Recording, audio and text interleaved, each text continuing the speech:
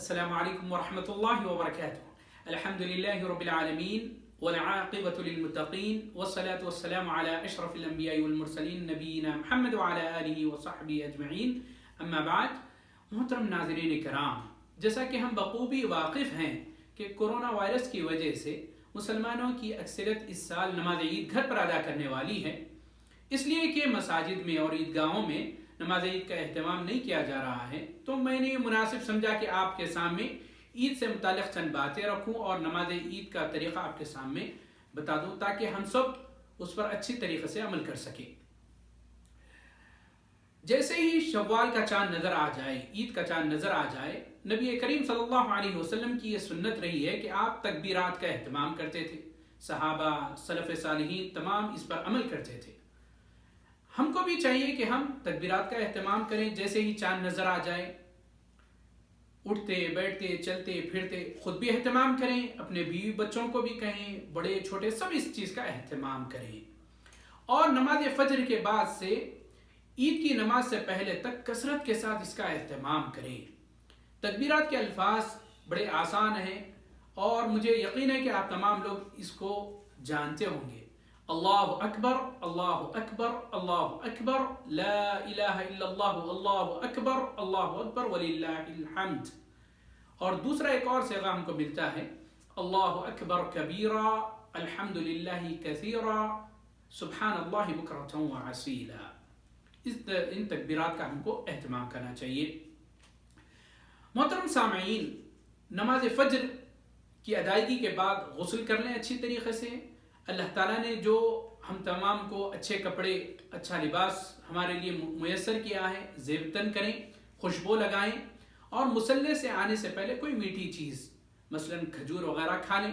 نبی کریم صلی اللہ علیہ وسلم کی یہ سنت رہی ہے کہ آپ طاقدت کھجور کھا کر آتے تھے۔ طاقدت سے مراد آڈ یعنی 3، 5، 7 اس طریقے کے جتنا آپ کو مناسب لگے آپ کھجور کھائیں، کوئی میٹھی چیز کھائیں، اس کے بعد مصلی پر آ جائیں اور تکبیرات کہتے جائیں۔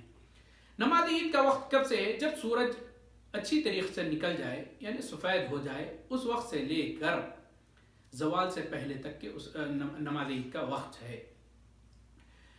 یہ بات یہاں ذہن نشین رہنی چاہیے کہ نماز عید سے پہلے نہ سنت ہے اور نہ نماز عید کے بعد کوئی سنت ہے۔ نہ نماز عید کے لیے اذان دی جائے گی، نہ نماز عید کے لیے اقامت دی جائے گی۔ جب آپ مصلی پر آ جائیں اور عید کی نماز کا ارادہ کریں تو نیت کریں نماز عید کی، اور نیت یہ دل کے ارادے کا نام ہے، زبان سے ادائیگی نبی کریم صلی اللہ علیہ وسلم سے ثابت نہیں ہے۔ آپ آئیں اور تکبیر تحریمہ کہیں، پہلے صف بندی کر لیں۔ نماز سے پہلے صف بندی، پہلے بڑے جو مرد حضرات ہیں وہ پہلی صف میں رہیں، پھر دوسری جو صف رہے گی وہ بچوں کی رہے گی، پھر جو آخری صف رہے گی وہ عورتوں کی صف رہے گی۔ یہ نبی کریم صلی اللہ علیہ وسلم کے دور میں اسی طریقے سے صفیں بنائی جاتی تھی۔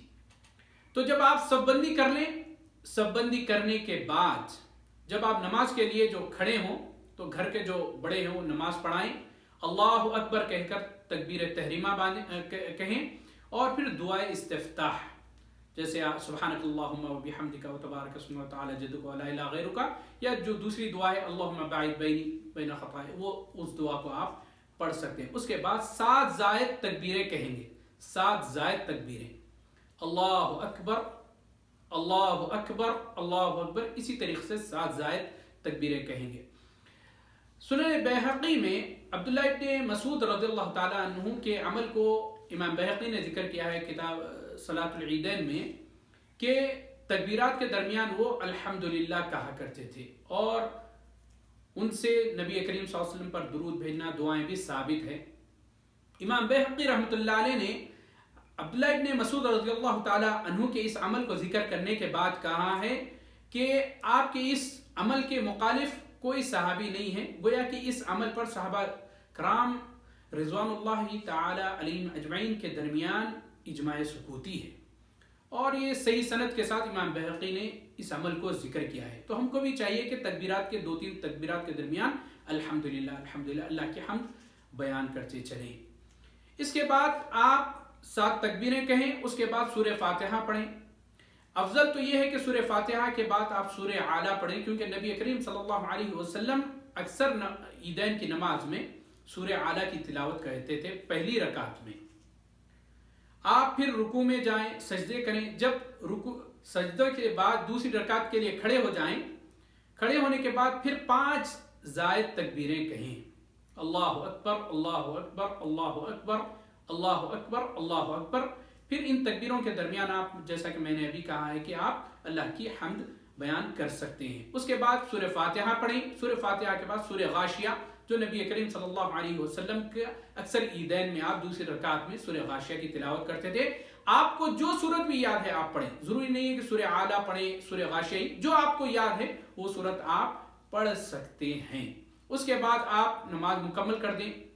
صلاۃ عیدین 2 رکعت نماز ہے، اور 2 رکعت نماز مکمل کرنے کے بعد چونکہ آپ گھر پر نماز ادا کر رہے ہیں، اس لیے خطبہ نہیں ہے۔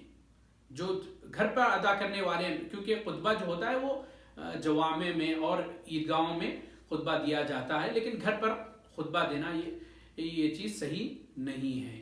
اور نماز عیدین کے بعد آپ فارغ ہونے کے بعد مبارکباد پیش کریں، ایک دوسرے کو عید کی مبارکباد دیں، اور نبی کریم صلی اللہ علیہ وسلم کے جو اقوال ملتے ہیں ہم کو، تقبل اللہ منا ومنکم، اس طریقے سے آپ مبارکباد دیں عید، کیونکہ اب آج کل ہم گھر پر رہ رہے ہیں، کورونا وائرس کی وجہ سے مسلمان آج جو ہدایات ہم کو وزارت الصحہ سے، منسٹری آف ہیلتھ سے ہم کو دی جا رہی ہے، اس کا ضرور آپ لوگ ان تعلیمات پر عمل پیرا ہوں۔